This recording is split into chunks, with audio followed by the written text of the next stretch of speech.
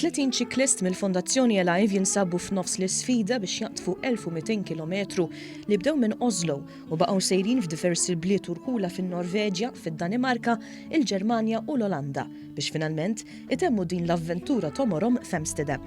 Madankollu b'differenza għal snin oħra jidher li d-distanza twila mhix l-unika għadu għalihom hekk kif kellhom jissiltu ma' Maltemp u rwiefen qawwija. One News tkellem ma' Rimona Mifsud, membru tal-Fondazzjoni Alive, li stqarret li l-Maltemp qed ikun biċċa u ġieħ ta' ras għaċ-ċiklisti. Kienu Oslo u daħlu ġo Denmark, meta daħlu Denmark kien hemm naqra challenges ħafna tat-temp, fejn il-biraħ kellhom ħafna rieħu kesħa, ġifieri batew ħafna biex saqu r-rieħ dejjem kien kontrihom. Madankollu Rimona saħqet li minkejja l-isfida li jġib miegħu it-temp aħrax li qed jaffaċċjaw iċ-ċiklisti xejn ma xekkilhom milli jkomplu jagħmlu progress hekk kif jinsabu nofs triq. Bħalissa tista' tgħid qegħdin fin-nofs, diġà għamlu 600 kilometru billum għandhom ukoll 220 u fuqhom kilometri oħra. Arajt huwa tfadlilhom l-aħħar 3 ijiem biex jaslu nhar il-ġimgħa Amsterdam.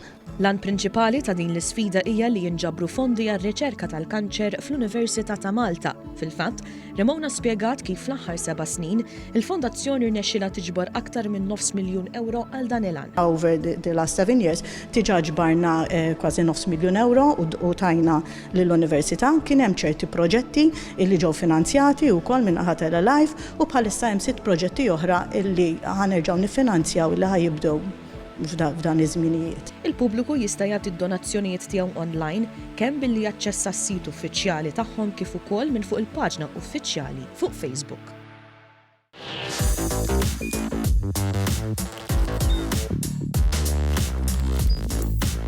Idħol fuq one.com.mt u hemmhekk tista' tara l-programmi kollha li jxandru fuq One permezz ta' One Play.